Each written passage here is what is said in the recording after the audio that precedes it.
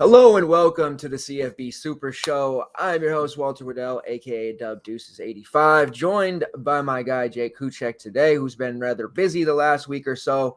Holidays going on, so we've been just doing our college basketball grind. We did have the Army-Navy game last week, which was inevitably a pain to watch and had random things happen. But now we have some real football on tap. 2-game slate. It's bowl season starting tomorrow morning at 9 a.m., noon for you East Coasters. And then we have the 5-game bowl slate. So I know bowl season, you're excited, Jake. There's betting to be done, PrizePicks, which you discovered this season. And then, of course, DFS back in our life. It's not out just yet. And we have a couple of good bowl slates where there'll be more than, 2-game slates. There'll be 5, 6, 4-game slates, things of that nature still for us to make some money. So how are you feeling about bowl season? I'm enthusiastic about it. It's gonna be interesting. Have had some big players, big names opting out of games with plenty of notice. So, plenty of time to read up on that and react to that. And then there's, it seems like every sport is getting plenty of COVID related issues. Which, it's kind of a bummer all the way around, but definitely need to be cognizant of that. So I'm excited and I'm enthusiastic, and I'm also going to be paying pretty close attention to the news as we enter those lineups.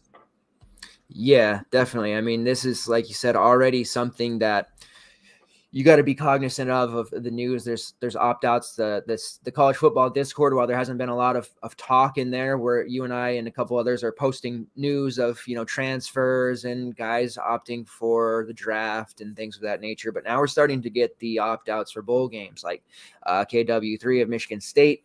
He won't be playing for Michigan State in the bowl game. He is going to the draft. And then it just came out that Kenny Pickett is going to be more, practicing and training for the draft. So he will not be playing in that game. So the Michigan State Pittsburgh game that had so much shine on it is now not as nice of a DFS target as it once was. We're going to see more of that happen as we go. Basketball, especially pro level and college basketball, have suffered several cancellations. We saw a real bad one last night that was on the slate with UCLA getting canceled like after the game. That was the last game on the slate, so you couldn't do anything with it. There's a little fear of that tonight with Stanford, but it didn't pan out that way. And then we've already lost several games this weekend for sure. So adding in the mix of that with already opt-outs, and there's going to be a huge edge for bowl games and just being on top of the news. I mean, you half the time you won't even have to put together like a competent high scoring lineup. As long as the guys are playing, you'll probably cash in some of these situations. So a little less stressful there. I would say not to go necessarily too crazy with your guys' bankroll either, because you could get caught on the wrong side of it. Because with these opt-outs, we'll get the news to you as much as we can, but there are times where lock hits and then it'll come out like, oh yeah, Grayson McCall, he was on the field warming up. He's decided he doesn't want to play for us. He's going to transfer and he's not going to take the field. And then all of a sudden you're stuck with 100% Grayson McCall. So that hopefully won't happen, but that is something that could potentially happen. Real quick, before we go into the bowl games here in the slate, I do want to mention that we have 20% off the gold package, which is all niche sports, college football, college basketball, NHL, NASCAR, esports, and tennis. We have lots of good content there. So like I said, if you do the monthly rate and you put in the code DUBDUB, scrolling at the bottom of the screen there, you do get 20% off. I always talk about it. And today in college basketball in the Discord, Rob Perry for Stetson, I believe. Yeah, he didn't start today. It came out very, very late. He wasn't starting. There was no reason why. Nowhere on Twitter. We did have one of our members, actually, Luke Glockenberg, who's been with me for a long time, many years as a sub. He actually found somebody that does the radio show, talked to them, and they said that he was, in fact, suspended indefinitely / ineligible. So we had that news like 3 or 4 minutes before lock. Tagged the room. Most people that were available to see it got him out, and he still had like 30-40% ownership. So I talk about it all the time. There hadn't been any real world examples for a week or two, and there was one right there. So if you guys are on the fence about subbing, I really honestly think you should consider it. And it's the same in the NBA room, NFL room, all this news, strategy talk, and everything like that. We do the best that we can, and we're pretty proud of our community that we have. All right. So bowl games, there's a 2-game slate tomorrow. I have a write-up for that already. We are going to touch on those 2 games here and then get into the 5-game slate on Saturday, which has some of the juicier options. So We'll start off here with the first game. If you guys are watching live, thank you. Go ahead and post your questions, comments, concerns in the chat box, and I'll read those throughout the show. Or after the show and you're watching on demand, I will do the same and scroll through the comments throughout the day. Middle Tennessee versus Toledo. I have Toledo minus 11 on DraftKings of 49.5 over under. It seems pretty basic. This slate's going to be very, overlap chalk. It's really hard not to be. I think where you're going to find your differentiation spots is with the coastal running backs and the Middle Tennessee wide receivers. So as far as running backs go, and there's going to be some weather issues, I believe. You may know a little more than me. I've just read up the slate, so I did see that, but I've been in college basketball land for a week or two. Sounds like there's going to be some wind/weather issues in some of these. So we're probably going to see a heavy dose of Bryant Koback, who's going to be 90%, even if it was a hot, sunny day. He's Koback. If you guys played the action slates with us, you know that he gets a lot of volume, has over 1,200 yards, 16 touchdowns. He's pretty active in the passing game with 28 catches, over 300 yards, 2 touchdowns there. So pretty much just play him. 7-7 is a steal of a price. He should be $9K. It's a 2-gamer though, and they wanted to maybe give us a little bit of a reprieve. I would have liked to have seen him be more expensive so that we all had to fight for these little, 3 or 4K Middle Tennessee receivers in our lineup to make him fit. But Koback is definitely going to get a lot of work. What do you think about playing a 1 QB on this slate? Because it seems like Finn, and then we'll get into the coastal game here, Daquan Finn, who's 8K, and Grayson McCall, who's 8.6, maybe just playing one and then taking, the Toledo running back and Koback and then the Middle Tennessee receivers and then just running 1 QB. Is that something that you're looking at doing on this slate? So that is actually the build that I'm at right now. I don't really want to get any part of the Bahamas in December passing game. I don't really want too much exposure to either side of that. And I think the tendency for a lot of people is going to pair up McCall and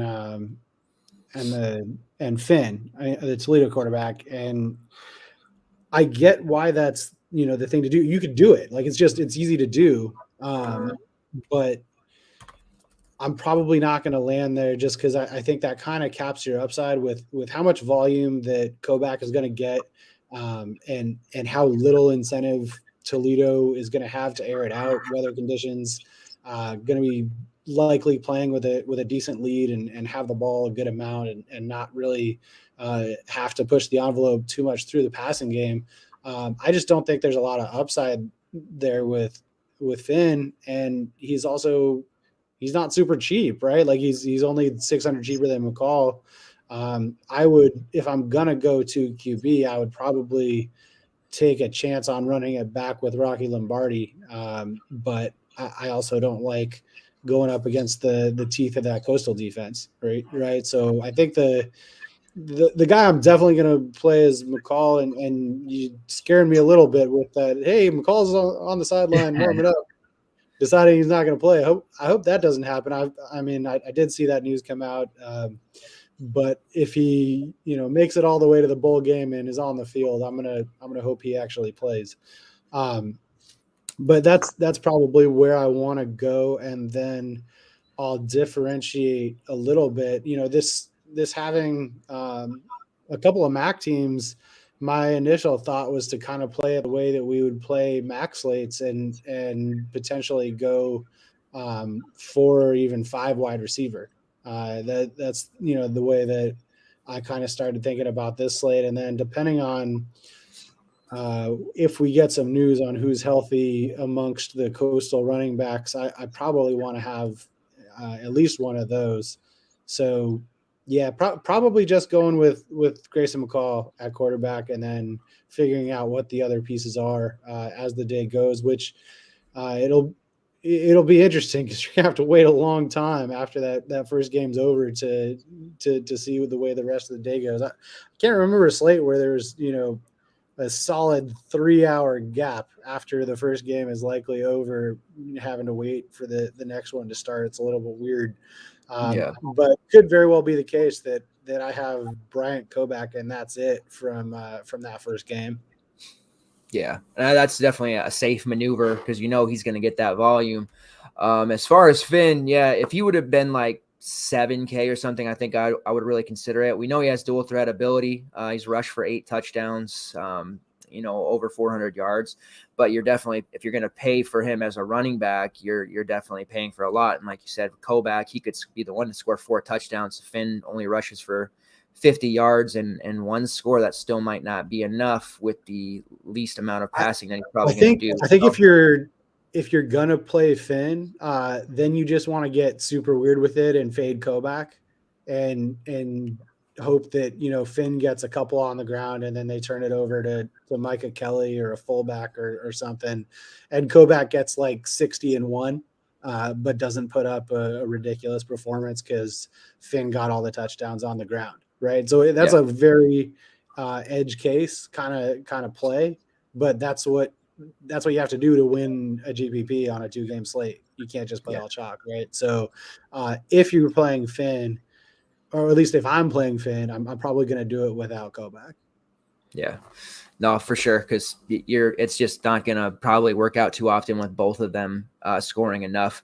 As far as Toledo receivers go, I did highlight Matt Landers. He's not super cheap. He's over the 5K, but he's been the most productive receiver they've had. He's caught 14 passes for 349 yards, 4 touchdowns in the last 4 games on 16 targets. So Landers seems to be Finn's guy right now if you do go that route. As far as Middle Tennessee guys go, obviously it's an easy fade on quarterback, with DeLillo or whoever they end up running. As far as running backs go, they've really looked to Martell Pettaway, but I think there's cheap enough guys and the slate, if we're only using one quarterback, we don't have to go there. For me, I think I kind of want a receiver from this Middle Tennessee side just because they're so cheap. Maybe we get away from it and we're able to, find some NIU cheap guys. But as you mentioned, we're going to talk about Coastal. Their defense is pretty stout. I'm taking the stance with Coastal that they're a little peeved with themselves, disappointed, right, that they didn't play for the title, their conference title game. And this is going to be a game to showcase and let the world know that we're still one of the top teams. Because you remember last year they were on fire, they were ranked, they were doing so well. They had that really big game against BYU a season ago. Speaking of COVID, that was a COVID replacement game. And this year just didn't turn out the way that we thought it would. So I kind of feel like they're just going to beat the pants off NIU to kind of show out and make it a showcase.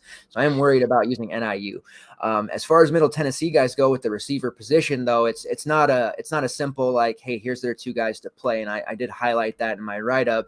They have 5-6 guys all between 38 and 59 targets, which makes it extremely difficult to pinpoint. Jaron Pierce, 57 targets, Jimmy Marshall, 57, Yusuf Ali, 53, Jalen Lane, 53, Isaiah Gathings, 43, and then DJ England Chisholm, 43, and CJ Wyndham, 38. So all of these guys have taken their turns with doing some damage. I tend to like the England Chisholm kid. He's had some big games in the past. The ODU game, there's a couple of guys that really went off there. He had 9 for 60, which isn't a huge game, but at 3.5, we've seen him hit double-digit fantasy points in 2 of his last 4. And there were a couple games earlier when they had to throw the ball a lot. There was a game against Charlotte. That was a pretty fun game back in week 4. We remember that was on the slate where it was like a 42-39 score. He had 3 catches for 67 and a touchdown in that one. He had a couple rushes. He's been involved in the rushing game. So they like to get him the ball in different ways, and he's a little bit of a versatile weapon. That's why I do like him at the 3, and he's 3.5. So I don't necessarily want to pay 5.5 for Pierce. I don't think I'd even have the salary to do so. Pierce, Marshall, Lane being kind of more of the reliable possession guys, touchdown guys, where I might want to take a gamble with the England Chisholm. So it's not a pretty spot. It's not a guaranteed spot. He could very easily catch 1 ball for 7 yards, and that's it. But if you need value and you don't want to load up on NIU guys, he's a nice way to do it. Or Gathings at 3.4 or Yusuf Ali at 3.7. Any one of those 3 guys I think you could probably take a shot at and hope to get some positive touchdown variance. Even with the win there in Bahamas Bowl, there could be a short pass or maybe there's a like a flick, like a little screen pass or something, and somebody breaks one and takes it to the house. So it's a tough game, though. Not to put you on the spot or cut you off, but do you have like ADOT data pulled up by chance on that? Because I would definitely want to lean towards whoever had the shortest ADOT data of those 6 receivers you just mentioned, right? So Yeah. Windy game, weather game, that's the way I would trend, but tough to get that sometimes on the college side. So Yeah, I gotta do some additional digging on PFF. They've got college stuff that I look at a lot, so I'll later on to look at that and see. Even though I don't know that they might not have that. You'll have to check it out and see. They do have like yards, long, and then who lines up, slot, all that wide, all that stuff. So I can see snap data and where guys are at. But as far as ADOT, I don't know if I have that. I'll have to take a look and see, because it's worth digging into. I think, if depending on what your volume is for this slate, and just kind of gaining an edge, because I think it's going to come down to one of those guys catching a touchdown for GPP winners, and maybe not cashing necessarily. If you want to, hit one of those Yusuf Ali catches 2 touchdowns on 3 catches or some kind of game, that's a way to do it. So, all right, next game and only other game on the slate, NIU versus Coastal Carolina. As I mentioned, I kind of feel like they're going to just beat the pants off NIU and use this as a showcase game. So Coastal is -11, over under of 63. It should be fine. Grayson McCall, so basically he's considering transferring. So and I don't think there's any danger of him really missing this game. I think he'll play and he'll use it as a showcase game. So we may see Grayson want to throw the ball a little more to entice someone, because he's not eligible for the draft yet. This is only his second year. People forget he's so good that he kind of seems like he's been playing for a long time, and he really hasn't. So if he's going to end up transferring, he may want to, he might throw the ball more and kind of showcase that side of himself and not run as much as we're usually accustomed to seeing Coastal do. So he's kind of a no-brainer at 8'6". He should be on the field. He should play. Now, saying that, something could go bonkers wacky, but I'm pretty certain that he will play, and it should be good for them here in the Kier Bowl, the Tail Greeter Kier Bowl. As far as running backs go, so it sounds like Reese White's good to go. He hasn't played since week 9. He's not going to start, so we don't know exactly how his snap count will be in his carries. He is just 5'3". He's definitely worth it. We've been tilting the Coastal Carolina running backs all season long, right? You take Shamari Jones and then Reese goes off. You take Reese and Shamari goes off. So we've been battling with them pretty much all season. And a couple weeks before I started with FTN on my old site, in the Kansas game, I had some Shamari Jones, and he had 10 carries for 43, and I believe that was the game that White scored like 2 or 3 times. So that was my first. That was that game. I can confirm that, because I was right there with you on. Yeah. On Jones and... That was a brutal game, because he only had the 14. Okay, I'm looking at it now, 14 carries to Shamari's 10, and their point differential was like 27. So that was brutal. So that could definitely happen again. Somebody earlier in the Discord was already asking me about Braden Bennett. He's been getting some additional carries with White out. They'll still use him even with all 3. Obviously, he'll be kind of limited. He's usually around 5 carries when they're all 3. This NIU rush defense, we know, if you guys have followed us throughout the season, they're giving up over 210 yards on the ground. So there'll be plenty of to go around if this does turn into a big blowout, and they don't want to, ride Jones and White into the ground, because they won't need to after the third quarter. Bennett could still get 6-7 carries in the fourth quarter alone, depending on, the situation, and still make value at 3.6. So that was one of our subs, Mark Zilla, who asked that question. And I do think he's viable, but in main lineup type of situation, maybe not, because it's going to be one of those things where, one guy scores a touchdown. I am considering just running Jones and White. But then again, White may not get a full, 14 to 15 carries that he would usually get, because he's been out for so long. So you will have to make that decision on the Coastal side. Isaiah Likely is going to the draft, but he is going to play, it sounds like. So not really at risk of him. He's 6'8". I would probably just play highly at 7'1", though, and pair him up with McCall. McCall's going to show off his arm. It's generally to Javon, and he's a really consistent, weapon, pass catcher, and all that stuff. Likely, if he's going to be lower owned, you can definitely get him in GPPs. And then you could even look at Cameron Brown at 4.7 instead of going with the Middle Tennessee guy and guessing. Maybe you go with Cameron Brown, who has been pretty consistent. 5 straight, he's had 3+ catches. He's had 4 touchdowns during that span, and 4 of his last 5 over 12 fantasy points. So he's definitely been involved more in that passing game, and McCall's been making it a third receiver relevant, which is not something that we're accustomed to seeing. As far as the NIU side goes, I always like Cole Tucker at 4.9. I know that he didn't really do it. That game against Kent State, obviously, we haven't been on the air since that slate. That was brutal. We thought it was going to be a lot better game. and Kent State didn't show up, and NIU just ran the ball down their throat and scored 3 times. Rocky Lombardi on the ground. It was just a very weird game. Didn't play out the way we wanted it to. Still ended up a pretty decent slate because it was so low scoring, and our guy Brock Bowers went off. But Cole Tucker only had 2 catches for 30 yards. We expect him to be a lot more involved, right? So with Coastal getting a lead and probably protecting it and going up, 10 plus points, NIU will have to throw the ball. They're not going to have the luxury to run Rocky Lombardi 3-4 times in the red zone.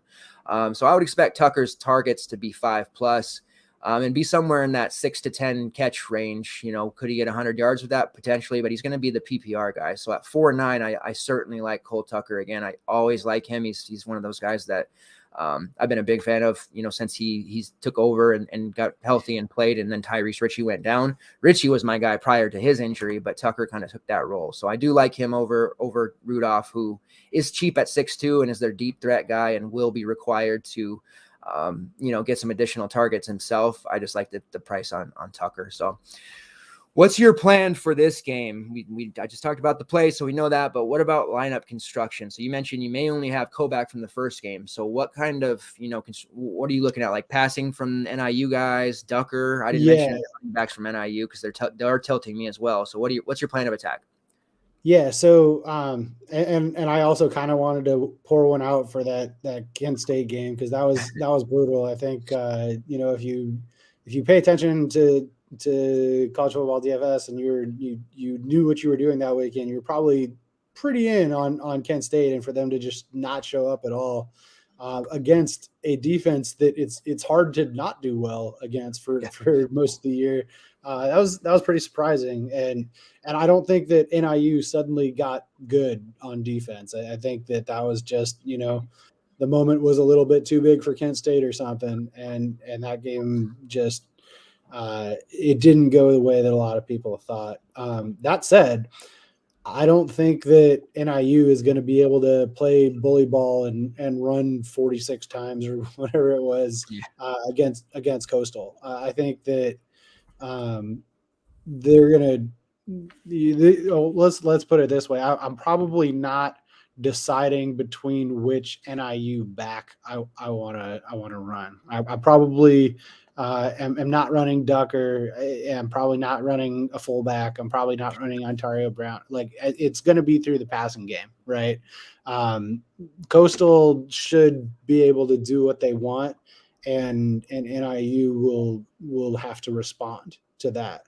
And so what I mean by that is if we're going to go with the narrative that it's going to be easy for Shamari Jones or whoever to be running the ball for Coastal, they're going to have success doing that. And if we think it's going to be the Grayson show, which I kind of more am trending towards it being the Grayson show, they should have success doing that as well. I don't think the moment's going to be too big for him the way it was for Kent State. And so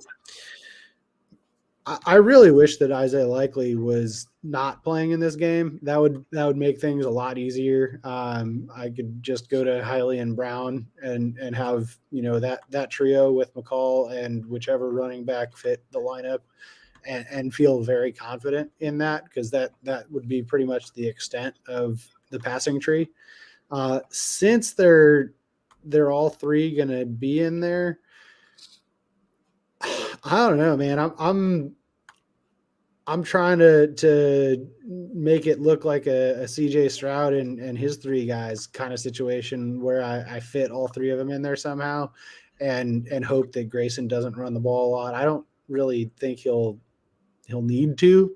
I don't see that, and I don't see NIU getting a lot of push, and I don't see them designing a ton of runs. And they're not particularly good at tackling either. So I could see a long touchdown going to all 3 of those receivers at different points in the game, if they're passing the ball enough for that to happen. So lineup construction wise, it just kind of goes with whatever narrative you think it's going to play out. If you think it stays close, I think McCall and at least 2, if not 3 pass catchers, running it back with probably Tucker at that price point is viable. And then if you think it's going to be more the run game, man, I've gotten that wrong like every time. Like everybody has a team that they get wrong. And for me, and it sounds like for you and maybe some other folks, it was Coastal running backs. So I'm probably going to end up with one of them. It's probably going to be Jones. But I'm still kind of deciding, and that sounds like a hedgy answer. But I almost want to go to the paying down to Bennett route so I can just get exposure elsewhere and not feel like I have to make that decision on the Coastal running backs, and run it back with one NIU receiver and Bennett for the blowout run. And he's involved in the pass game too. So it's not just entirely blowout run. They try to get him involved in other ways too. So I think that's probably where I'm at, is a lot of exposure to Coastal and then running it back with, one or two pieces from NIU and probably pieces from the passing game. Yeah, I would definitely agree. Ducker's price is as cheap as we've seen it in a while. I wrote up in the article, it's pretty frustrating because his touchdown equity has gone in the toilet lately. Ontario Brown and Ratkovich have been just taking and gobbling up all the touchdowns, even though he's getting 20 plus carries pretty consistently. But at that price, he won't need a touchdown if he does 25. He probably won't get 25 carries, but if he can eclipse 100 yards or, do score a touchdown, he's going to pay off that 4.9 pretty easily. So even if he gets, the Ratkovich vulture, which seems to be almost a guaranteed thing every week lately. Very frustrating, but yeah, definitely cheap enough to look at. So pretty easy slate in terms of construction. You just have to decide if you want to take a shot at one of those Blue Raiders receivers, or if you just want to go with the multiple Coastal running backs with Bennett in there and maybe Jones or White. All right, on to the next slate, which is a 5-gamer, not a 6-gamer. Unfortunately, I know Jake is disappointed because Western Kentucky is playing on Saturday morning against Appalachian State, but it is a early morning 8 a.m. on the West Coast game, so that one didn't make the main slate. So if you want to play Bailey Zappi one final time, it has to be on a Showdown, unfortunately. So one final time, he's not getting another year of eligibility to go. that would be amazing if they found a way to get him one more year and he went to Texas Tech, man, and we got to use him every week. That would be so nice. But I don't know if they have another waiver in their back. They can make up a waiver. I don't think so. He's been going for a while. Yeah, no, stranger things have happened. I mean, we got Jalen Coleman lands in college basketball. It's like on his 8th year. So, I mean, it could be possible.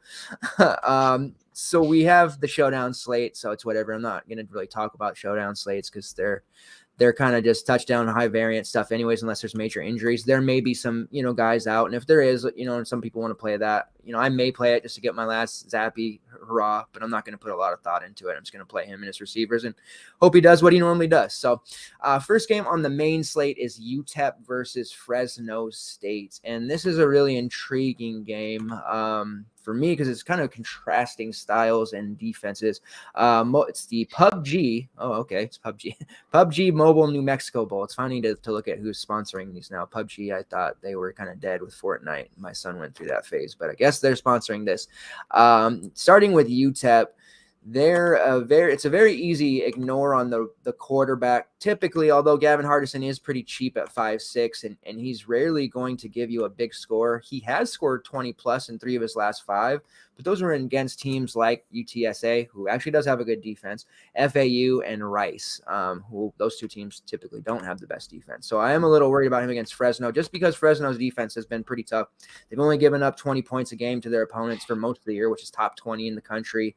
127 yards on the ground, 215 in the air, 342 total. They can be beaten, but it's just kind of a tough spot to really be looking at UTEP guys and say, yeah, I want to play them, especially now that Deion Hankins is finally healthy and has been playing the last few weeks and getting decent carry share. It's kind of made Ronald Awat, who I was pretty high on earlier in the year, and Wadley and all these other guys kind of just cannibalizing each other. I do like Jacob Cowing. I have been a Jacob Cowing fan for 2 years now. He's just the absolute PPR god in any game that they play. Hardison, while he doesn't put up big numbers, he really only throws it to 2 or 3 guys, and Cowing is a guy that he always looks to. Target-wise, Cowing has 104 targets in 12 games, which puts him right up there in pretty elite company. We know Tompkins and Addison are well over 100 and David Bell, but as far as like, non P5 guys or lower competition, I guess. Cowing's right up there at the top as far as target shares go. 67 catches, over 1,300 yards, and 7 touchdowns. So I certainly like him. They did a pretty good job of pricing him up there at 6'4", compared to like his teammates. The only other 2 that he really does throw to, Justin Garrett, who's only 4'7", and Tyron Smith at 3'6". Looking at targets, Garrett has 87, Tyron Smith 47. Smith had a couple of nice games where he was actually out targeting them in the middle of part of the season, and he's been a pretty consistent, 3-4 catch guy, 50 yards, pops a touchdown once in a while. But if I can take one guy from the UTEP side, I think it would be Cowing, and this would be the environment where I wouldn't be worried about him wilting. Against the tough UTSA, 5 catches for 112 yards. He's had games of 9, 166, 7, 174 against Boise State, who we thought had a good defense at the beginning of the season. He had 6 for 112. So he's been over 100 yards in 7 of 9. So he's been pretty consistent option. So I definitely like him, even though the Fresno D is been pretty good. And it's hard to, say, because we're in a bowl game, these lower tier bowls, I don't necessarily believe that we're going to see everyone play their absolute best. Guys who are jockeying for draft position, maybe, but I don't know that Fresno will necessarily have their A game when it comes to defense. I could totally be wrong about that, but I don't know. I don't see them, putting a steel curtain performance on. So I'm not as worried about targeting them, but that is the one spot that I want is Cowing. As far as Fresno State goes, Jake Hayner had put his name in the transfer portal. There was people talking about how he was going to go to Washington, which I thought was it was just a silly rumor because the coach from Fresno went to Washington, but he started with Washington. They have Heward. They actually just got Michael Penix. I know you saw that from Indiana. So we've got some depth over there. Didn't make sense. So they've talked him back to Fresno State for now. So that means that he's gonna start, I believe. He's only 7'9". Definitely is a solid target at that price. The UTEP defense has been beatable. So I'm a fan of Hayner if you want to go that route. And then as far as running backs and receivers go on Fresno, I haven't really had the most success with wide receivers on Fresno State, and I've kind of just taken to fading them for the most part. And it hurts me once in a while, but generally the slates are big enough to where I can get away from it. You'll have the Carrick Wheatfall game one week, Josh Kelly the next. Cropper is always high owned, even if he's 7-8K. It just seems like he's always 35-40% owned.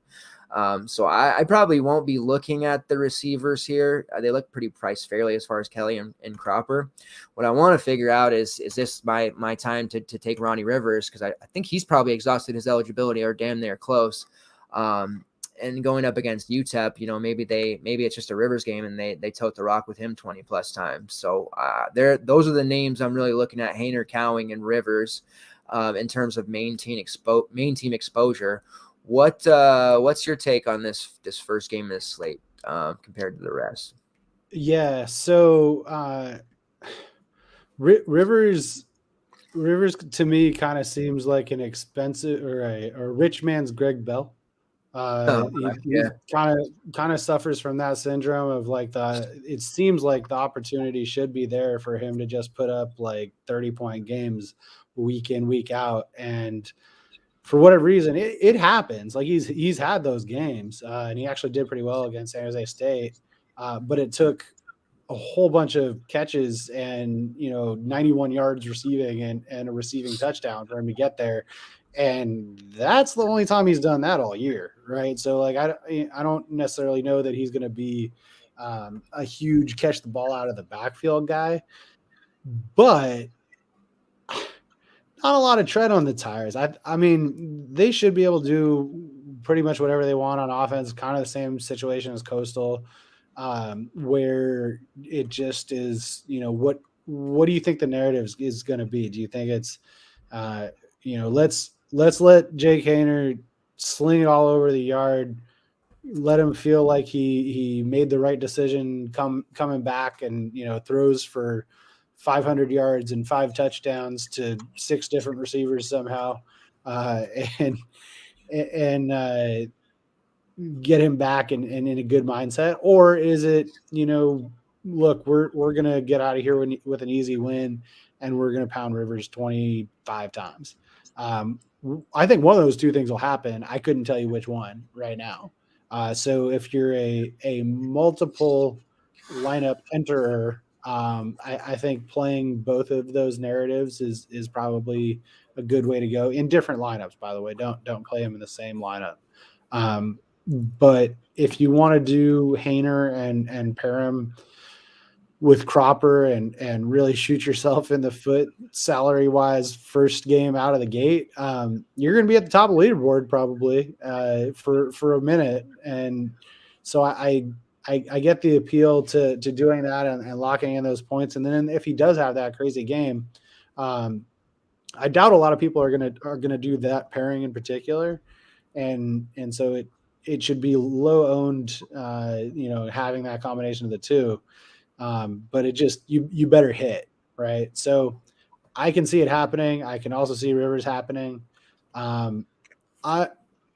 I like the Cowing play just because of the volume, and I think Fresno State's going to score enough that just by virtue of Utep needing to have the next possession once they get scored upon, I think that Cowing is in play. I wish he was closer to like 5'7". The 6'4" is a little bit more than I would want to pay for a guy in a tough matchup that does get a lot of volume. But like you said, they're probably gonna not be quite as tough on defense, and if they do get a big lead, probably opens up some underneath throws, and you can stack up the PPR points, get 4 or 5 catches per drive.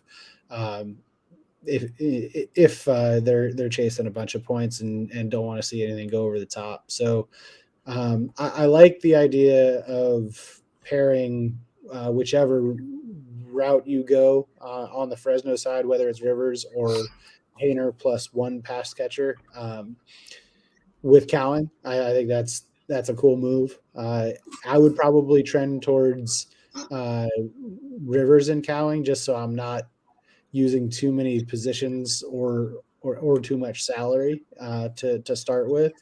That's probably the way I'm leaning right now. But all of that is pending. Hey, maybe Rivers declares for the draft and skips the bowl game, and then we go play his backup for like 700 less or whatever it is. Is it only 200 less? Okay, maybe we don't. I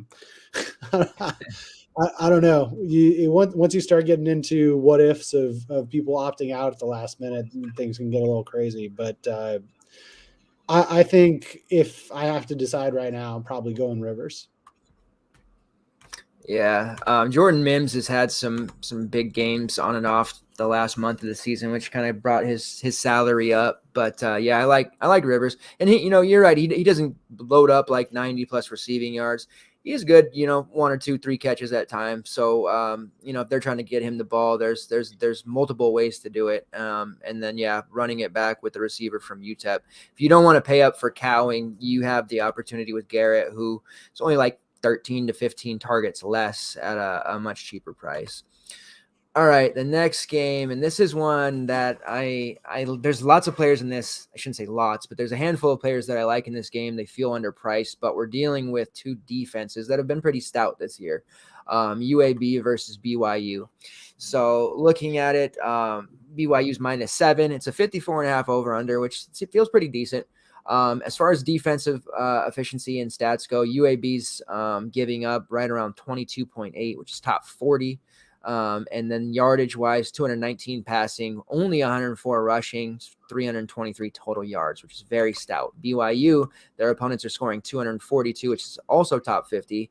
235 passing yards, 150 rushing, so they're a little bit worse on the ground. We have seen some teams light them up on the ground, actually. 386 yards of total offense. So both defenses holding offensive units under 400 yards. Now, when I think of UAB, I definitely don't think of any offensive juggernauts. I think of a kind of a grinded out team that has running backs capable of putting up yardage. Jermaine Brown has shown that ability. Dwayne McBride, who I believe he's dealing with an injury. I haven't seen any updates on that just yet. So if he were to be out, Brown would be interesting.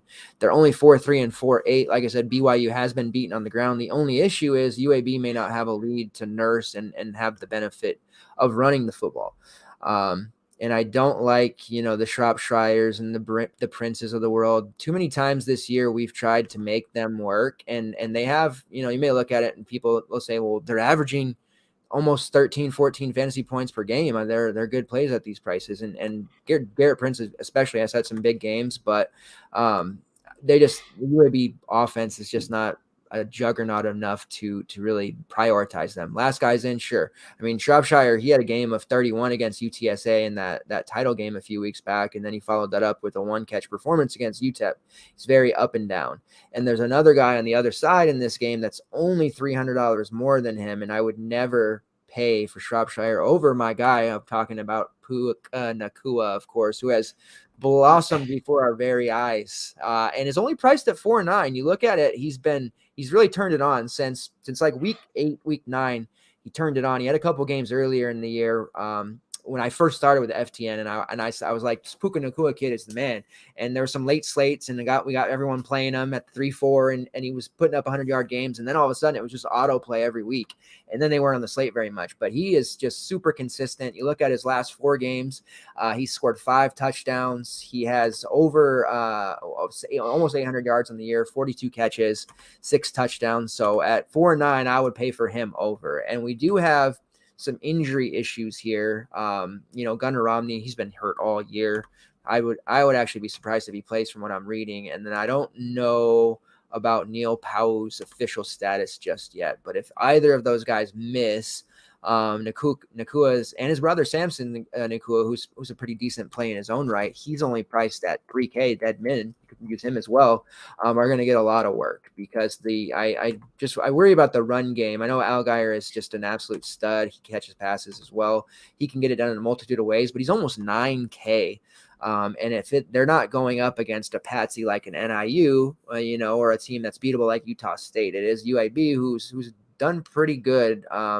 Holding decent running games to under 150 yards total as a team. So I have a little bit of concerns there. Maybe they're unwarranted, and I wonder what his ownership is actually going to end up being. But because he's such a stud, I mean, we used him a bunch. But I don't know. I feel more likely to use, Jaron Hall, who feels to me, again, underpriced at 7.3 with, the Nakua brothers potentially, depending on what that injury status is going on for everyone else. Rex has been out for a long time. That was another of their main receivers. But I could see running the triple stack Nakua special with Jaron Hall and having it pay off really well with the rest of the industry, playing Allgeier in a matchup that's really not that good for him. So what do you think about the BYU UAB game? Because I think it was like a 9-game, 10-game slate. I think we'd probably just be like, yeah, it's too cute. I'm going to look elsewhere. But it's bowl season. To defenses, like I said, I don't know how elite defenses are going to be playing in these bowl games, and it's only a 5-game slate, so we can't afford to really ignore any particular game regardless, and the total seems kind of high. So what do you think? Yeah. So, I was playing around with lineups, getting ready for the show, and the first thing that jumped out at me, I was like, well, Walt's going to be all in on Puka Nakua at 4.9. Yeah. And I am too. Like that's that he's your guy, but that price seems way too cheap for the kind of production that he's put up, especially if both of those guys are out, Puka Nakua should be like 100% owned, because that's going to be the number 1 receiver for BYU, who should have some success throwing the ball. I don't think that we're going to get both of them out. We haven't been that lucky on things like that, but even if only one of them out, and Romney probably should be out, like you said, I think Puka Nakua is still definitely in play. I have a couple other quarterbacks that I'm a little bit higher on than Hall. That one of them's not too far away price wise. One of them's a little higher up, but I just I've wanted Jaron Hall to be a thing all year, and there's been games that's been the case. But if you look at who those games were against, I mean, I feel like you have to kind of throw out games against Virginia because everybody has a good game against Virginia. Yeah. It's kind of same thing with games against Michigan State. Like, oh, your quarterback did well against Michigan State. Great. That's what everybody does. Baby Tua did that. So I would like the Jaren Hall thing to be a thing. If you want to start getting game stacky with it, I could see the Jaren Hall and the Nakuas and then running it back with the Shropshire, not ever making Shropshire a main piece. But, man, if you hit on Shropshire, you really hit. He's he, like you say, he's a boomer bust guy. And I think, the first time Shropshire hit in a big way, he went for like 4 and 130 and 2 or something crazy like that at pretty close to min price. I think he was like 3.5, 3.6. And this was, it might've been last year's bowl game even, but you always have that kind of anchoring bias when you hit on a guy before he's a big guy like that. And so I've considered myself a bit of a Shropshire guy, but this price is a little bit too much to pay outside of the context of, hey, I think this game blows up and I want to get some pieces on both sides of it. And it could, 54.5 total, close enough spread that it shouldn't get, too much of a blowout issue. I could definitely see this game being an under-owned game stack. I think there's some other games that people will kind of trend a little bit more towards for that purpose. And so those are definitely pieces to use. But I think if I'm talking more main lineup wise, I'm probably going to stick to just Puka Nacua for, the salary that he's at. Yeah, no, that makes sense. I'll have to see what else we're unearthing as we go here. I did just dig in while you were talking there. I should have had it prior to speaking, but the 2-sport thing, I don't know how Javi does like 8 sports and he does them well, but I'm just doing the 2-sport thing and it's brutal sometimes. But I have pulled up the BYU injury report / depth chart. So Gunnar Romney is available.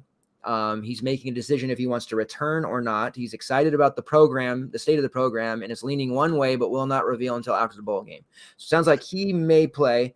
Neil Pau is considered highly doubtful and has been seen rolling around campus on a scooter, or Shreveport, I guess, where they're at. So he's there, but he's on a scooter. So it does sound like you said, we won't get both out one. So with Neil out, even if Romney plays, I feel like Puka's kind of eclipsed him. Maybe that's my bias talking, but I feel like he's eclipsed him. Well, I think there's a chemistry aspect to it too. I mean, Jaren Hall hasn't played much with Romney at this point, and so and he has with Puka Nacua, and he's had a lot of success there. So it's kind of only natural as a quarterback to look to that guy that you've had a lot of success with. And Romney, even if he's playing, he might not be at the top of his game.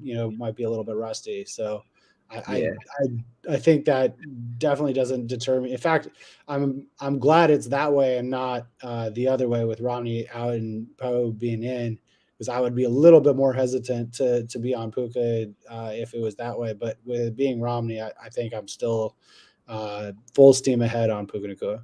Yeah, and you're right, because it seems like Neil Powell, he does a lot of the same things that Puka does, and he's played a little more with Hall. It was important to note Romney was expected to play in their finale against USC, but he had a pregame warm-up injury setback, so that could very well happen to him in the bowl game as well. So we'll monitor that. But yeah, Puka definitely all in there, or close to for me. Next game, EMU versus another Maction school here in the Lending Tree Bowl versus Liberty.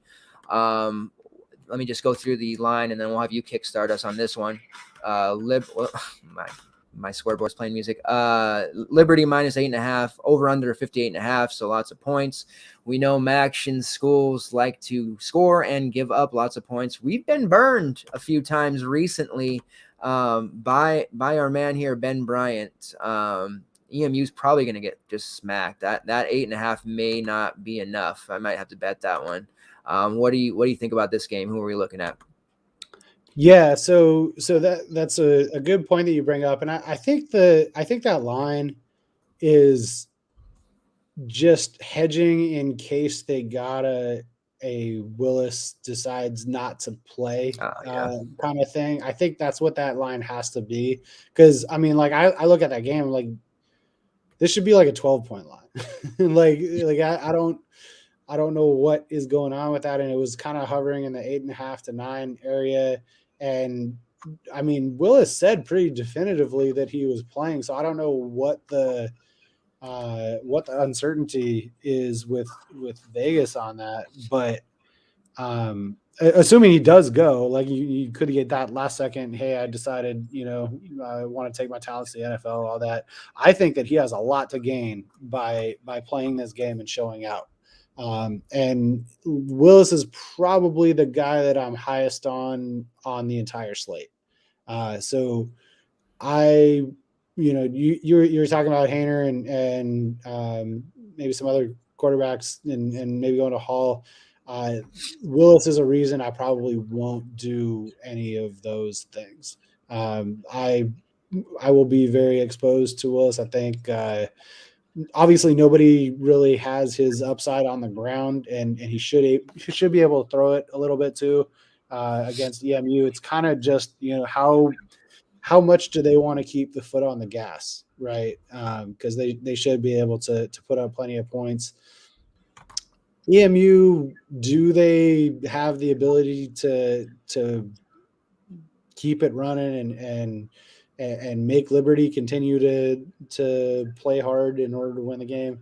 Maybe we get good Ben Bryant and they can keep the score, keep the ping pong effect going, one score after another. I think what is more likely the case is it's probably 28-10 or so by the end of the second quarter. And then it's just, do you let Malik Willis continue to do what he does and put on a show for the NFL? And I want to say it was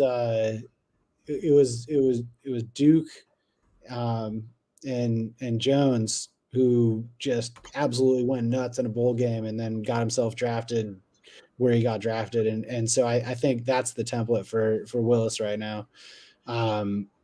So I'm all in with him. As far as pairing him with a receiver, man, that's, it's kind of the same thing that you had with Middle Tennessee. I don't know who it's going to be. It's going to be someone. And I have a lot more confidence in Liberty wide receivers, as a whole, not playing in the Bahamas in December. Although Mobile can get some weather too, but it's probably not going to be quite as bad. I probably, and you'll have to, correct me on pronunciation, but is it Shea? I think it's I want to say Shaw. I think I've said that before. That might not be right though, but I think it is Shaw. Okay. Well, the dude whose last name is spelled SHAA, that guy that's 4,200. That's probably the guy that I'm most likely to pair him with, just due to, kind of recent performance and target share. And that seems to be who he's going to the most at that price level. I don't want to pay too much for a Liberty wide receiver. I know that there's probably some other receivers that have a little bit more clout. Douglas probably is the name that people are most likely to trend towards, but the reality is he's going to run the ball a lot and he's going to throw it to some receivers at some point, and you want to hit what you can from that receiver that you pick, and you don't want to spend a lot for it. And I think that Shea is number 2 on Liberty. I think number 2 on Liberty is the guy who is that right mix of enough volume at a low enough price that if it hits, great, and if he goes 3 for 60 and doesn't score a touchdown, I'm not getting killed by it at the same time.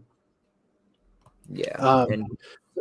So yeah, and then I'll run it back quickly on the EMU side. I mean, we've done enough max slates that we know what EMU is, but we'll just run down the receivers real quick, which is the only real part of it that I'm interested in. Also, Liberty is fantastic against good passing attacks, and EMU is that sometimes when Ben Bryant is good, but isn't always that. And going up against the tough defense, I'm unlikely to be overly exposed to EMU, but they probably will have to throw a good amount, right? So Tanner Canoe is probably the right price point. And same thing, combination of volume and price point. Tanner Canoe is probably where I would go if I were to go with an EMU receiver. Beidoun at 6'6" is overpriced. I mean, he's right there in that Cowing territory where why wouldn't you just go Cowing? And then Dylan Drummond is very hit or miss. I mean, he's had some spike games. He hasn't had a lot of like need to have it kind of games. Like he'll get to 6 or 7 catches, maybe 100 yards, maybe a touchdown. Very rarely both. He's not really the kind of guy and that offense doesn't really target one guy enough that they're going to get like that 15-202 game that you absolutely need to have to cash on a slate. So I know Beidoun had that once, but that was once, and he's probably not going to do that against Liberty. So if I'm running it back, it's probably Tanner Canoe, but I'm probably not even doing that. I'm just going to keep it on the Liberty side of the ball and mix and match the receivers as I see fit, leaning mainly towards number 2, Shea Shaw. Yeah. The MAC teams, they've got a kind of a, outside of Toledo, they've gotten kind of a raw deal with the matchups. So it's definitely going to be tough to use EMU in this spot. We did try speaking of Kent State letting us down, another MAC game that kind of let us down was that EMU versus CMU game in week 13, where we had a lot of exposure to it and they could only muster 10 points against CMU. CMU scored 31 and they did some things, but it was a disappointment. And myself, I was heavy on Drummond, and I think a lot of the guys at FTN or subs were as well, because he was only 4-9 and he had 4 for 37. He dropped a long ball, which was brutal because he would have taken it for a touchdown. I remember watching that play and not crying, but feeling very sad about it. So he's definitely a guy that they'll look at and at that price at 4.8, it's very interesting. But again, we've got our guy Puka for 100 more. So, but you're right. Tanner Canoe is the dude's just peppered with targets ridiculously, week in and week out. He's only played 4 games and his targets are already creeping up to where not Beidoun, but where Drummond's are. So as far as the target percentage, as for the rest of Liberty, and running backs for EMU are an absolute no-go. I believe Juwan Hamilton is injured, not playing, but that still doesn't matter. As far as the receivers go, yeah, Shaw, Shea, however you want to say it, he's been on the team for a couple of years, and he's got a good rapport and understands his offense. And his overall target share, he's got 44 targets, which is 3rd on the team. But you had mentioned recently, which is wise, because he has a lot of those in his last 4 games. You see against Army 8, Lafayette 5, Ole Miss 4, UMass 4. So 13, 7, 21 targets in his last 4 games. And he has 44 for the season. So he went through a point in weeks 5, 6, and 7 where he really wasn't looked at. That might have been the time when Douglas was doing most of his damage. There was a time where Douglas was priced at where Shaw is. That sounds like that matches up. Yeah. He was like, okay, so back in week 4 against Syracuse, he was 4-4. I remember using him during that time. They lost that game, which I thought was surprising, but he had 18.9, 757 and 1. I specifically remember using him because of his price for that one. And now he's shot up to, 6K, 5.8. So roles reverse, it seems. And it seems like Kevin would be that spot. CJ Daniels has have some, he's kind of that hit or miss guy. You see in his logs, 35, 2, 7, 15. Like he's an up and down guy. He could be the one to do some damage here, but very tough. Noah Frith has done good in the past. DJ Stubbs had a decent year last year. He hasn't really translated so much. He's only had 33 targets on 10 games, whereas last year I believe he had more. So it's very tough and difficult to figure it out. And you're right. It may just be take Malik and let him just, dominate and improve his stock, which is already probably as high as it's going to go. I did see while you're talking, I just looked it up to see Todd McShay has him mocked in the first round to Denver. I won't lie and say I'm some NFL expert. I don't really know the personnel of teams. I'll play NFL before college basketball starts because I can handle playing that beforehand, but then I stop once it does start. So I don't know what's going on with their quarterback situation. I know my guy Javonte Williams is doing some damage out there in Denver, but that would be an interesting landing spot for him. So first round grade already. He's probably, the barring getting injured, this is going to be good for him to kind of solidify that. It would be a disaster if he got hurt, but you do have to think about that. If in the third quarter they go up by 25 plus or something, 21, they may not need him. So hopefully at that point you've got 2 rushing touchdowns in and maybe a passing touchdown or 2 where he's going to pay off that almost $9,000 price tag. As far as the Liberty running backs go, same thing, man. Josh Mack has had his day in the sun. I remember using him more last year, actually. Shader Lewis has had good games, so their running backs it's tough for them because Willis is going to get a lot of that work. So it's basically play him, and if you want to run Drummond or New on the other side, you can do that, but I don't think it's necessary. Now to the game that I'm gonna have to think about it because Willis is obviously a good play, and I like him, and I'm Hall and all that. But the quarterback I really want to use is in this next game, Utah State versus Oregon State, and it's a situation where his prices come up, and it sucks because we were able to use him at so cheaper. But talking about Logan Bonner, of course, and this is a spot I highlighted in last week's parlay picks article. Didn't necessarily like betting on bowl games so early, so it was one I wanted to look at, and now we're going to be betting these games. But Oregon State -7, I absolutely love the Utah State spread on this side, 67.5 over under, so we're looking at the highest total on the slate. There's going to be a lot of points. The Utah State defense is very soft. They've been kind of tight recently, but they're still giving up a lot of points. And the Oregon State defense has been okay, but Utah State's shown themselves to be matchup proof. And Logan Bonner has command of this offense. He doesn't have Andrew Peasley breathing over his neck if he makes a mistake. Remember earlier in the season when Bonner would throw an interception, he'd get yanked. He's doing big things. So at 7-7, I'm wondering if you said another quarterback in Hall's range must maybe be him potentially. But you see, he's thrown 9 touchdowns in his last 2 games, and 2 of his last 3, he's been over 40 pass attempts. The running game they haven't completely abandoned, but it hasn't been very good or really consistent. Calvin Tyler, he's had some pretty down games recently. He's only had over 100 yards once in his last 5. There was a time where Elon Noah kind of took over for him when Tyler was banged up. They share carries, so I'm not that interested, even though the Oregon State rush defense is a beatable unit. I just would like the passing game here with our guy Bonner, and then it's a matter of who we want to run it back with.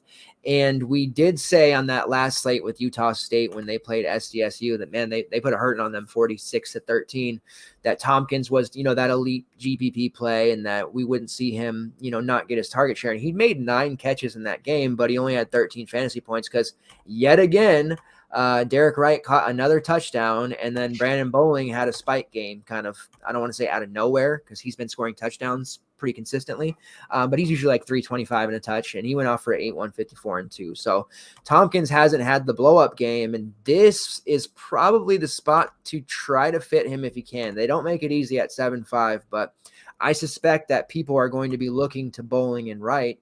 Wright's 5'7", Bowling 6'1". We kind of wrote off McGriff, and he forced caught a touchdown last week on minimal targets. He's kind of gotten back in the end zone at 3-4. So I would suspect people are looking, if they do play Bonner, to pair him with one of those guys. But if you can get Tompkins in your lineup, and we might not be able to, depending on, if we're running Willis and some of these other guys, I feel a blow-up week for him. A game, a show out, let me see what I can do against upper tier competition here at the end of the season. Like I said, they don't make it easy with the 7-5 price tag, but I don't see him having a third straight game where it's just kind of a mediocre. And if we can call a 9 catch, 46 yards, it's not very good, but a 9 catch performance mediocre, that just tells you how good this guy really is. And it took people a while to realize it. And now that they have, he was making us money on those early night game slates at the beginning of the season. 150 targets on the season, 98 catches, 1,600 yards, 9 touchdowns. So, but Derek Wright's touchdown equity in this offense is massive. He has 11. Brandon Bowling has 9. Justin McGriff has 6. So there's a lot to like in this offense. If you are with me and want to play Bonner, you got to pair him with one of those guys. I would love to be Tompkins, because I just don't see how people are going to make him a priority. This is an excellent spot for him. I love the fact that he's coming in kind of, underperforming slightly, because it is going to keep that ownership down. I could see 20 plus fantasy points here though. And if it's at low ownership, then I'm super happy about it.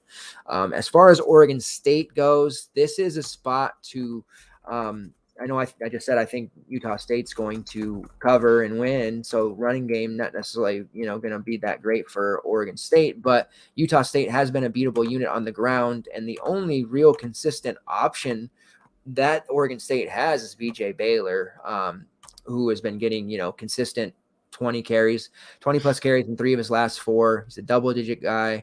He doesn't catch the ball that much, but they do like to establish the run. If they're going to be able to keep this Utah State offense off the field, it makes sense that they're going to want to run the ball a lot. He has 6'7", so we're not getting a big discount or anything like that. But he is a very solid play, and this is a great matchup for him if you can make that work. As far as their receivers go, I love Zariah Beeson, not as a play. He's just a guy that I like. Dating back to last year, he was one that I kind of pegged as like a breakout for them. He had some nice games, but this receiving core is so crowded, so overloaded, it's really hard to peg. He did have one of his better games of the season in week 13, 5 catches for 54 yards. And you're going to get a lot of these guys like Champ Flemings for cheap, and even Treshawn Harrison at 3.8. That's a really intriguing price for him. He's a guy they usually like to put the ball in his hands and let him do some stuff, with rushes and screens and things like that.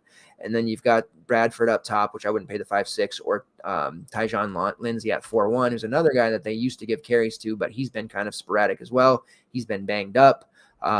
And it's kind of hard it's undisclosed, but it's kind of hard to target him. So I think Treshawn Harrison or Zariah Beeson would be the receivers on Oregon State if you want to go that route. But I think I would just play it like Baylor and then run it over with the passing game on the other side. So I know you're high on this game. This is the one before the show we were talking with COVID and any of the games getting canceled. This is the one we don't want to get canceled. So I suspect that means you're going to be getting heavy exposure to this game in particular, right?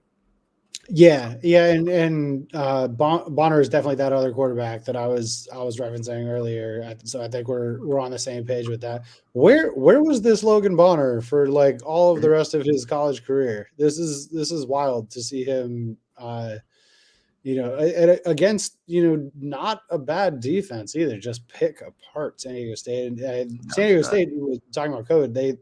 They had like 19 guys out due to illness, not specifically COVID necessarily, but not to take anything away from Logan Bonner, but that probably helped a little bit in terms of him having some time to throw and pick people apart. But he's been putting up numbers consistently. We talked a lot, on here and in Discord, and just you and me chatting about the whole 4 running back principle, and I generally am going to subscribe to that more often than not for cash games and for getting yourself a solid floor.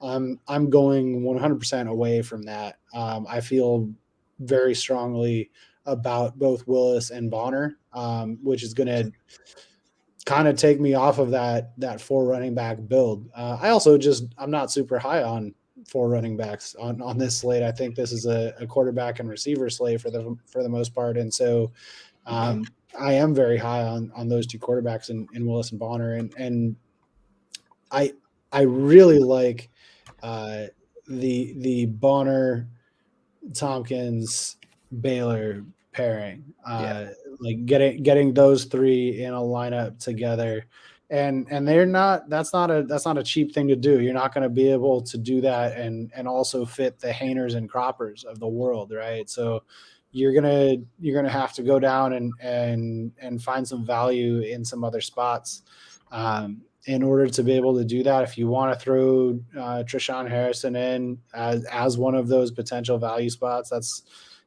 a way that you could go about doing that. And that fits pretty well with some builds that I've come up with so far. And then you get another piece of that game. So I think that this is, every slate has that game that is the obvious game that you want pieces to, and you'll see people, making cases to fade that game due to ownership, but there's kind of going to be spread out ownership on these Utah State receivers. I don't think that it's going to, be funneled to Tompkins the way that it might if he'd had consistent, 10, 202 games leading up to this bowl game. Everybody would be like, oh, well, got to pay Tompkins no matter what the price is. I don't think that people are going to feel that way because he hasn't had those blowout games lately. And so I think you can also play those other receivers. I'm not necessarily saying to shy away from them because Bonner's shown the ability. It's weird to say Logan Bonner's shown the ability to support multiple receivers doing well, but he has. And so I think going to Tompkins is probably, the ceiling play of those. But if you want to throw a second receiver on that stack and maybe get away from a Cowing or something like that, you can do that. You can absolutely do that. And running it back with, you better hope that Oregon can stay in it, because I don't see Baylor, being super involved in the passing game if they have to start playing catch up. But I do like him as a play as well, especially if you're, otherwise heavily exposed to this game. Yeah, definitely. And like I said, the Utah State rushing defense has been very forgiving, and that's going to be the best way for Oregon State to keep that offense off the field and just keep up in general. All right, last game on the slate is the Raging Cajuns versus Marshall. Definitely, I like this game too. It's the R&L Carriers New Orleans Bowl. So we have some clarity with the Louisiana rushing game, and that's typically what we like to use when they're on the slate, right? Because their quarterback situation with Levi Lewis, he's a guy that everybody that talks up a lot. He's well liked in the industry, I've noticed, and he's not a bum in DFS, but he rarely is putting up those big scores. So we typically aren't looking at him. Receivers wise, they're hit or miss. It's another group where it could be Peter LeBlanc or Kieran Lacey. I think you had a nice call on Jefferson. He had 2 for 41 for a touchdown, but I think you called that touchdown if I remember correctly on the last time they were on the slate. And they're definitely capable, but I'm looking at the rushing game here, and Marshall is a team that has given up almost 190 yards on the ground this year. They've been very stout against the pass, giving up less than 200. So they're going to get beat, and Louisiana does well what they're not good at. And this game is played in a dome, so you'd think the passing is going to be what everybody's going to try to do, and maybe that keeps these guys' ownership down, but that's probably wishful thinking. However, Chris Smith is out for Louisiana. It's kind of what I was bringing up. Is ruled out for a knee. So usually they run 3 guys, right? And it's just a nightmare. And all season long, they've been like Coastal. You take Montreal Johnson and it's Chris Smith. You go Chris Smith and it's Imani Bailey, and so on and so on. Now we know for sure Imani Bailey and Montreal Johnson are going to get the lion's share of the carries for a team that loves to run the ball. And Bailey looked really good in their last outing against Appy State. 14 carries for 117 and a touchdown. In 3 straight games, he's had a touchdown. In 3 straight games, he's had double-digit carries. So at 5'2", he's just a really nice, strong play. If you can't afford Baylor, or you're just worried that Utah State's going to go up too fast, then just drop down to Bailey and then to my guy Montreal Johnson at 4K. I've used him a bunch this year. He's been on a lot of the showdown slates and everything, but he's just been a guy that's paid off for me, and I've been lucky enough to get his multiple touchdown games. And maybe people will look at the last game where he had only 8 yards on 8 carries. It was against Appalachian, and say, it's going to be the Imani Bailey show, and that's just not the case. They're both going to get double-digit carries. I feel very confident in saying that. And I feel very confident in potentially playing both of them together on this particular slate, especially Montreal at 4K. That's going to open up the world for us and allow us to fit Willis, Tompkins, Bonner, some of these premier plays that we want to fit. Whereas I don't want to try to, LeBlanc at 3.8's nice, but I'm not as confident about his touches and his targets and his score like I am Imani Bailey and Montreal Johnson. So that's where my head's at for the ULL side. As far as Marshall goes, It's a bit tougher because this defense, you got to respect the Cajuns. They've done a really nice job containing teams this year. Grant Wells at 8.3, that's going to be a tough ask for me. He hasn't been hitting anywhere near value at that price tag. If you look at, he had a 40 at 8.7 against North Texas in a game where he had 3 rushing scores, kind of a perfect scene for him. Early on in the season, he had a 34 against NC Central. And then he's just really been a lot of 16s and 18s, and they've been a running team as well. So I can't imagine paying that 8.3 for Wells. Saying that, watch him put up 304 or some crazy number. So it's going to take guys like Corey Gamage at 6.8. It's far too high for me, out of play. I have liked Xavier Gaines. We've had Marshall on some of these other showdown slates and things like that. He's kind of a highly targeted guy that Wells trusts, but it's really tough for me to want to go against Louisiana. Typically, we're looking at Rasheen Ali, but they did a nice job pricing him up to 7.5 too. I already know what the type of build we've talked about and are looking at. He's going to be one of those, I call them luxury plays, where we're not able to prioritize him. We're not able to start with him.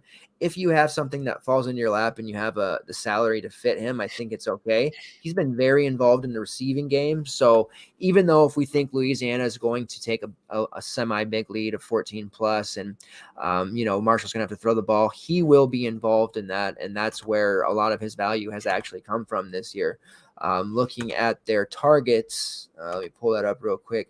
Ollie has 54 targets on the year. Gamage has 104, so he's been, tops. But then you have Willie Johnson, 56, Shadid Ahmed, 56, Xavier Gaines, 59, and then Ollie, 54, 45 catches, 339 yards, and a touch. So he's going to rack up those PPR points because they're going to need them. And with Louisiana's defense, there's a very good opportunity that Ollie still potentially pays off at this high price, but it's just, I'm not so sure it'll be on the ground. I think it'll be a situation where maybe he pulls a Max Borghi of yesteryear and catches, 7-8 passes. Maybe he gets a touchdown in there, and then all of a sudden you're cooking with gas. So looking at the Louisiana defense, they're giving up 145 yards on the ground. It's okay.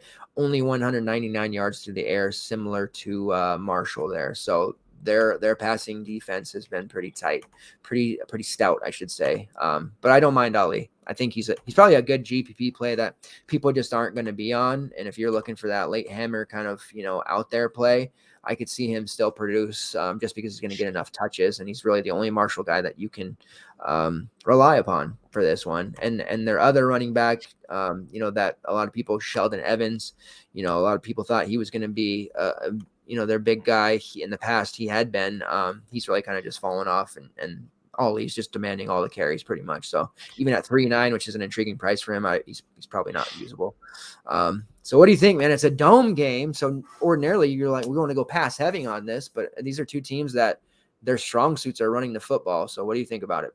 Yeah, this is the wrong game to put in a dome. Give me Logan Bonner in that dome. Come on, Bulls. What are you doing? So I guess the main thing to figure out is what we think the touch split is going to be between Bailey and Johnson, right? I'm a little bit concerned about not just the lack of volume from Johnson lately, but also the lack of effectiveness. I know that Smith is out, but that last game, eight carries for 8 yards. I understand App State's got a good defense, but Montreal Johnson's got to do a little bit better than that if you're given eight carries, right? And so and zero passing game where he's got 5 catches all season, and so that's not really a whole lot of what they do anyway. It's more just kind of straight runs. I love that price tag, and if we were getting week 7 Montreal Johnson where he was just even on limited touches just doing work, what he put up a 30-point game at one point, a couple times actually this year. So if we're getting that guy, and I knew he was going to have that kind of volume, that kind of efficiency, 4K no brainer. Malik Willis is no longer my favorite play on the slate. Montreal Johnson's now my favorite play on the slate. I don't know that we're going to get that guy. 5 carries 2 weeks ago against Monroe and 8 carries against App State. Didn't really do much either time. If I'm the coaching staff, and I'm looking at what Imani Bailey did versus what Montreal Johnson did, I'm handing all that work to Bailey. I don't think it's going to be a 60-40 split. I think it's going to be a lot more tilted to Bailey, and he's, in that same matchup, right? Like, these guys are obviously playing against the same team every single week. Bailey was wildly effective against App State, right? Who we think is a decent defense. So I think the carries are going to be a heavy lean his way, and I think that's probably the way that I'm going to play this and lean, because if they think that, he's the guy and going to be the lead back or get the lion's share of the carries, however you want to put it, he's probably going to start. And because it's Marshall, he's probably going to do well. So then there's that like hot hand element of it that comes into play, where they might have started the game thinking, okay, we'll give every third series to Montreal Johnson. But let's say Bailey takes, a 40-yarder to the house and a 60-yarder to the house, then it's like, well, okay, yeah, we can put Montreal Johnson in there, but we could all just keep giving it to Monty Bailey, right? So because and Bailey's underpriced too. Like, he's more than Johnson, but he should be 7K in this matchup, and he's 5,200. So especially with Smith being out. So I think I'm leaning a lot more towards playing Bailey.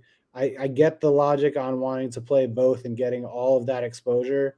I just think that you're going to run into a Jones and White problem doing that, where it's one of them that goes off and the other one goes for like 8 and 30 and no touchdowns. And you're like, well, why'd I play that guy? So I'm much more leaning Bailey on this one. I could be wrong, and I could have the wrong side of that Jones White dynamic, and it could be Johnson that burns me for like 202. But I'm very much leaning towards Bailey, and that's enough of a savings for me. I don't necessarily feel like I need to go down to Johnson to do what I want to do from a lineup construction perspective. Yeah, I mean, that makes a lot of sense. If you're playing just one, then I definitely think Bailey would be the one to play. I still feel like Montreal will get the carries, but you're right. If he doesn't break one, then yeah, you could be looking at a really bad situation where he doesn't pay off even at the 4K. I did poke around there. We were talking to look at injuries. It appears that Peter Leblanc is out due to upper body injury. So that is one less receiver for Louisiana, but still, we're probably I'm not really looking at the receivers anyways. But that's one less. Not really playing Louisiana receivers. No. Yeah. What do you think about Rasheen Ali? I'm looking at some projections here, and he looks pretty decent. Computers seem to think he's going to score 20 plus, but I don't know how much of that is matchup adjusted. So could you see yourself using him at all, or just be like an alt build only? Yeah, that's a tough one to get to. The highest I'm probably going at running back is Baylor, just because there's so much salary I'm allocating to quarterback and receiver that, like, I'm not finding builds that allow me to get there. I don't think it's a bad play. Obviously, he's ultra talented and has put up huge numbers. But again, his huge number of games have kind of been in games where they can dominate time of possession and they have the ball and can do what they want. If you look at, what I think is a comparable defense, or at least in the same range of, okay, now I have to think about it kind of defense against UAB, 16 for 41 doesn't really do much for me, right? And I think maybe got some passing game work too. Three catches in that same game, but I mean, he put up less than 10 fantasy points. And UAB is good defense, but they're not Georgia, right? Like, I would say that they're at least comparable to the Raging Cajuns, and that's not a game where Marshall was able to control the game and do what they wanted to do. Similarly, against Western Kentucky, who everyone in the world has been able to run on. He did okay, but they fell behind. And I mean, he still got 24 carries, don't get me wrong, but he, didn't have that ridiculous game that you would kind of expect, like we got from Sincere McCormick in the conference championship game. So I think if this was a better matchup for him, I would lean more towards, he's that Braylon Allen, Breece Hall kind of play where it's a good play and I don't have the salary for it. I think for me, this is really just more of a stay away. I don't think that this is the right matchup to use a guy like that. I would rather spend that kind of salary. I think exactly that salary on Tompkins, who's got the right matchup and in the right context for, using a more expensive guy like that. 100%. All right. So that wraps up the first weekend of bowl games there. We'll pull up kind of what the rest of the schedule looks like here. So there's will be a showdown on Monday. That's so between Old Dominion and Tulsa. Then we'll have a 2-gamer Tuesday, showdown Wednesday, 2-gamer Thursday, showdown Friday, which is Christmas Eve. It's crazy this weekend for Christmas this time. And then Christmas Day, we have a showdown. And then we have a bunch of 2-gamers. There will be, it looks like, a 5-gamer on Tuesday the 28th. And then a 4-gamer the day after that, 4-gamer after that, and then a couple 4-gamers after that, 5-gamers. So there's a bunch of this week coming up. We're gonna have a lot of showdowns and 2-game slates. I know those aren't as fun, but the week after Christmas is when it really gets fun, and we'll depending on what your schedule looks like, we'll be able to pop out some more shows, maybe some midweek shows, and kind of cover those slates for people, because there'll be a lot of folks looking to digest that content, I think. But like I said, the next couple of days are going to be a little brutal. As far as cores go for this, I think it looks like it'll be for even just a 5-game slate. We should have some spread out plays. There'll be some that are pretty chalky, obviously, like usual. But you'll have the opportunity to find leverage here. I think for me, core, I'm looking at Puka Nacua for sure. At quarterback, I think it's Logan Bonner. And then for me, I know you like the Willis play, and that's not to say I don't like Willis. It's just Bonner's going to be a spot that I can definitely pay for. And then at running back, it's going to be that Louisiana situation, whether that's only Bailey or it's both him and Montreal. I haven't quite decided that yet, but that's obviously the core best running back spot on the slate for me. So what do you have for a core 3 set aside at the moment? Yeah, so I'm going to go Willis at quarterback.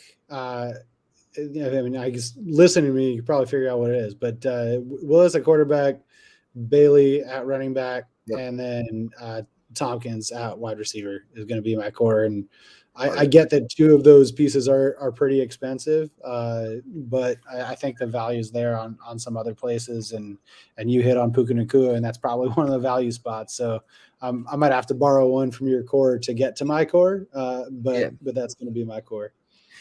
Yeah, and it's feeling like we'll be able to make that upper payment for Tompkins and Willis, because running, we have the cheaper wide receivers, running backs. We don't necessarily have to go to bottom basement prices, but if we're not paying for Ali and we're probably not paying $9,000 for Algier in our main, we're going to have that salary available to us to make that move. So I definitely like it's more of a balanced approach to the slate this time.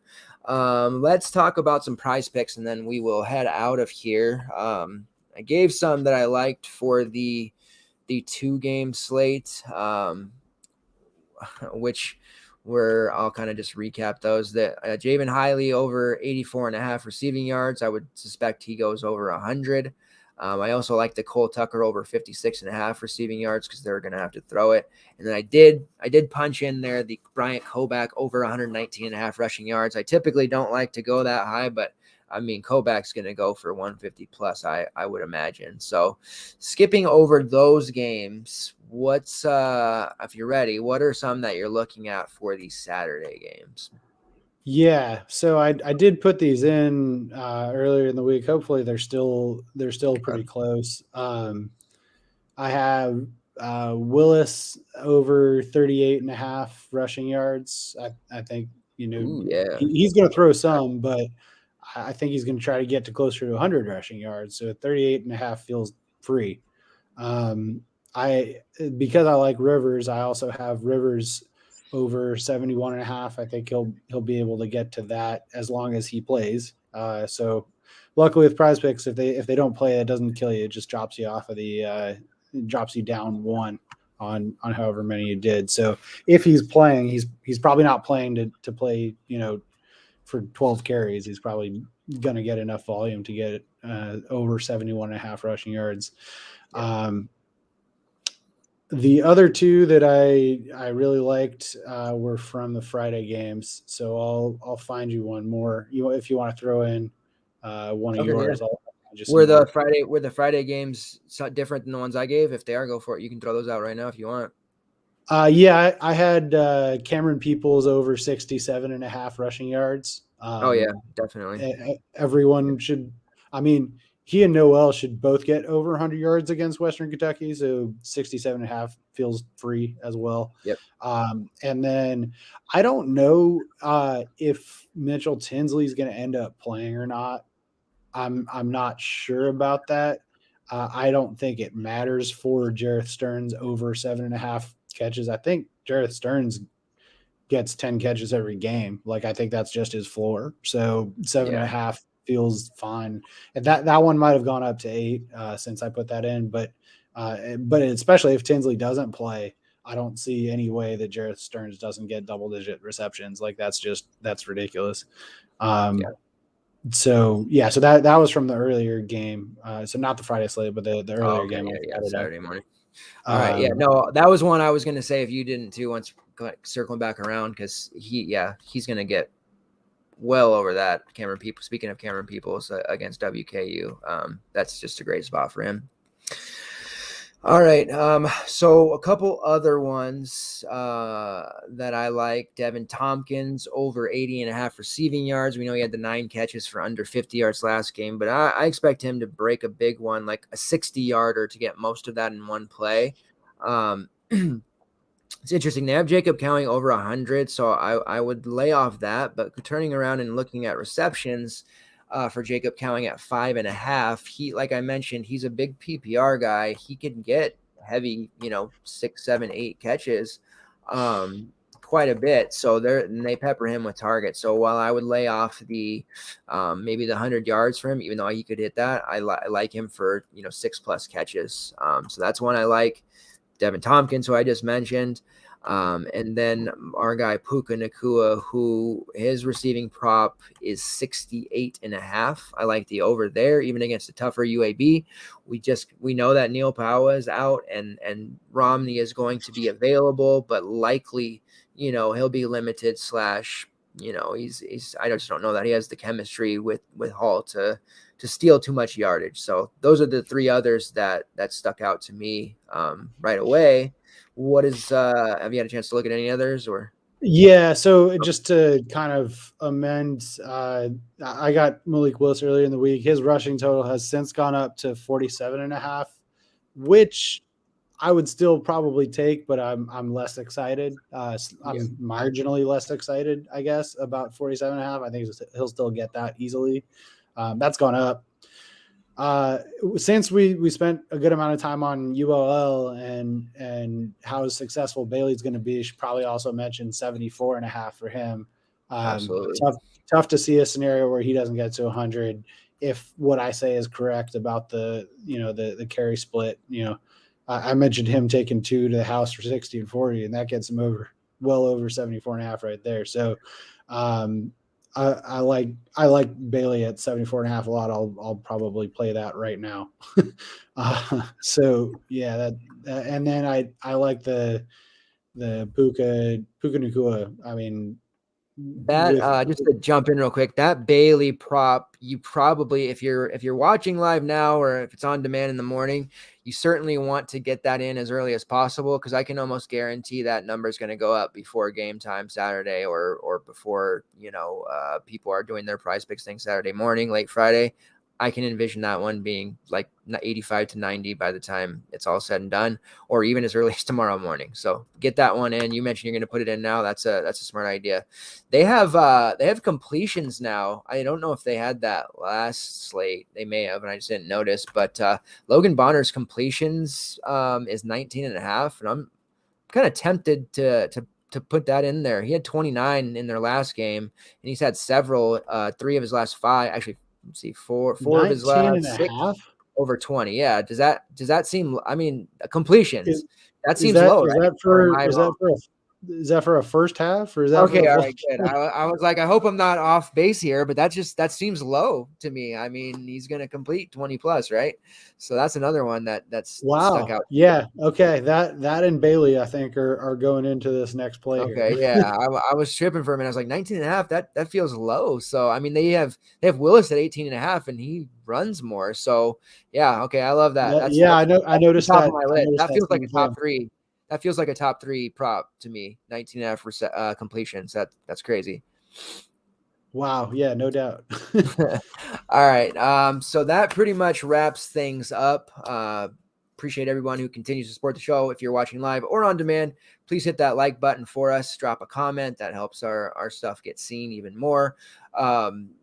So expect a article. The one for the 2 gamers already out. Expect the article tomorrow morning, early afternoon, for the 5 gamer with my thoughts there. We'll be in the Discord, Jake and I, posting any opt-outs, breaking news. So make sure you guys are pre-lock, in the Discord, checking that out. Tomorrow morning is an early lock for that game as well.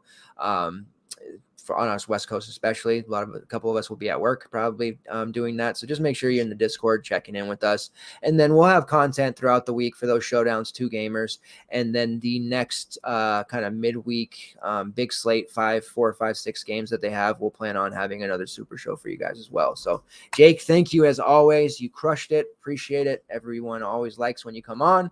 And I honestly can't wait for next season already. I mean, I love the college basketball grind, but this is one of my most profitable seasons in college football and the most fun I've had playing, honestly. So I really can't wait for next year.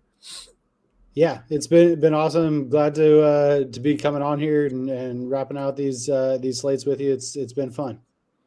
Definitely. All right. Appreciate it, guys. Best of luck. And let's see lots of green screens the next few days before we head into the weekdays.